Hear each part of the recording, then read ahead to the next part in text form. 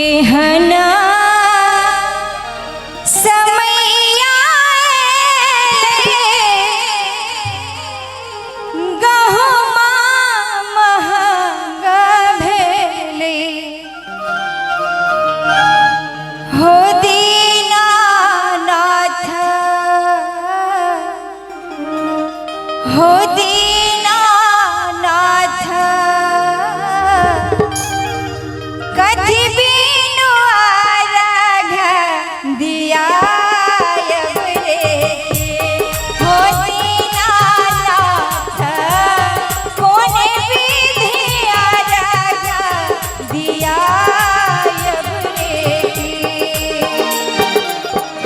केहना समैया गहुमा महंगा भेले केहना समैया गहुमा महंगा भेले हो दीनानाथ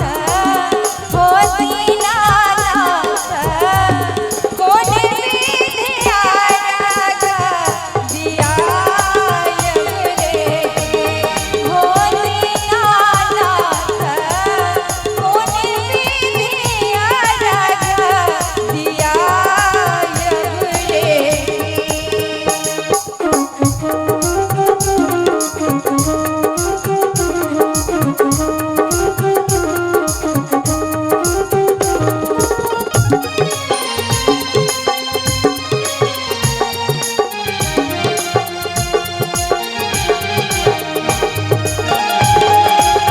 बोले छठी मैया की जय हो।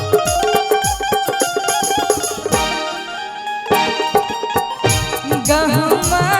महंगा भेले फल फूलक महंगी भेले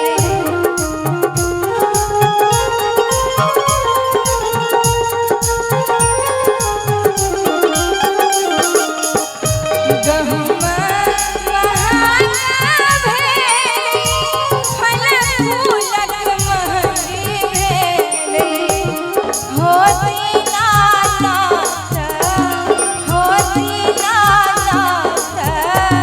कथी बिनु नैवेद्य दिया हो दीनानाथ कोने विधि आराग दिया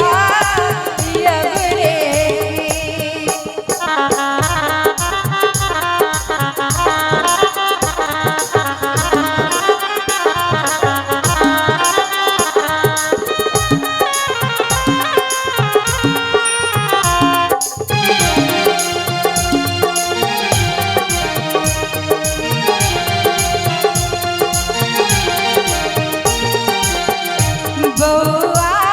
कमौआ हमर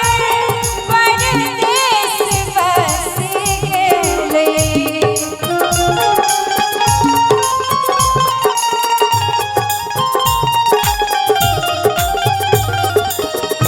बौआ कमौआ हमर परदेस बस गेले हो दीनानाथ